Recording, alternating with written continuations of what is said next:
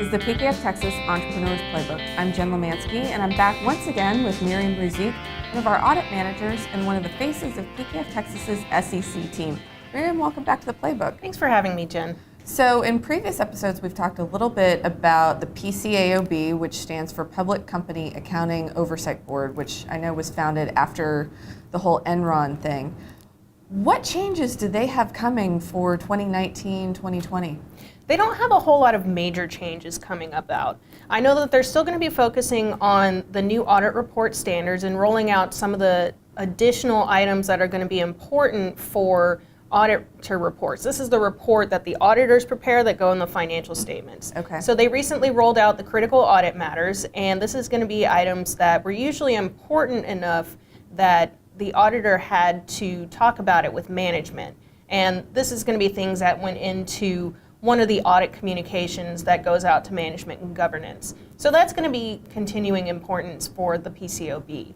I know that the 2018 focus for PCAOB inspections was the issue of emerging technologies and how the PCAOB thinks that it might impact audits. So this is going to be things like blockchain, where companies may start using one of these open formats for keeping records and that kind of thing. How are auditors going to audit that? That's going to be an important question for the PCAOB. And so then public companies as well as private companies are going to have to be ready for the audit reports to look a little bit different based on these new guidelines?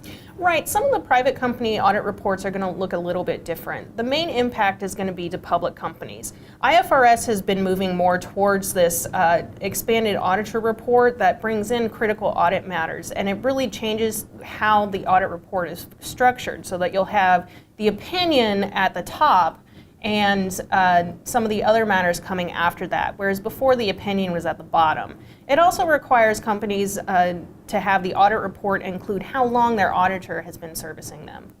Good to know. And IFRS, that's the International Financial Reporting Standards, correct? Correct. And this governs the international financial reports, but with convergence of IFRS and US GAAP, a lot more audits are going to have an international similarity.